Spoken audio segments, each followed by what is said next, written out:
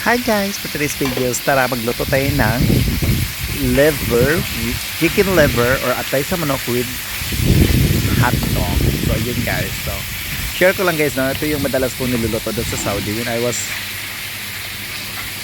was working in Saudi Arabia since 2004 I think or 2005. Parang ganon. So ayun, madalas namin itong niluluto kasi nga nagsastock kami ng maraming mga hotdog or mga frozen food, chicken, liver, kung ano-ano yung mga offer doon kasi mura yung mga bilihin doon guys, especially sa mga chicken, especially lalo na mga gulay at sa mga prutas doon, kaya tumataba ako doon lalo sa Saudi. So ayun nga, for tonight's video naisipan kong magluto ng atay kasi may hotdog ako naka-stock dito, so nilalagyan ko lang ng atay. So nakabili ako ng atay worth 3 riyal, 350 I think. Then yun, ipagsasama-sama mo lang yan, gigisahin lang yan guys. Very simple ang pagluto yan guys. So lalagyan mo lang ng konting sili para may konting sipa. So mahilig ako sa mga spicy food. So ayun nga guys, lagyan mo lang ng ketchup or pinakuluan ko lang nilagyan ko lang ng mainit na water at saka ketchup. So ayan, lagyan mo lang ng Magic Sarap. So shoutout sa Magic Sarap. So ayun guys,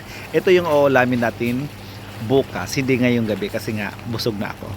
So yan lang guys, hope you try this recipe. Char! Eme lang. So ayan guys, masarap to guys. Tikman nyo lang.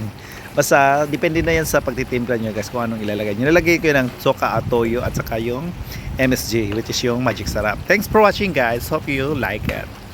Bye!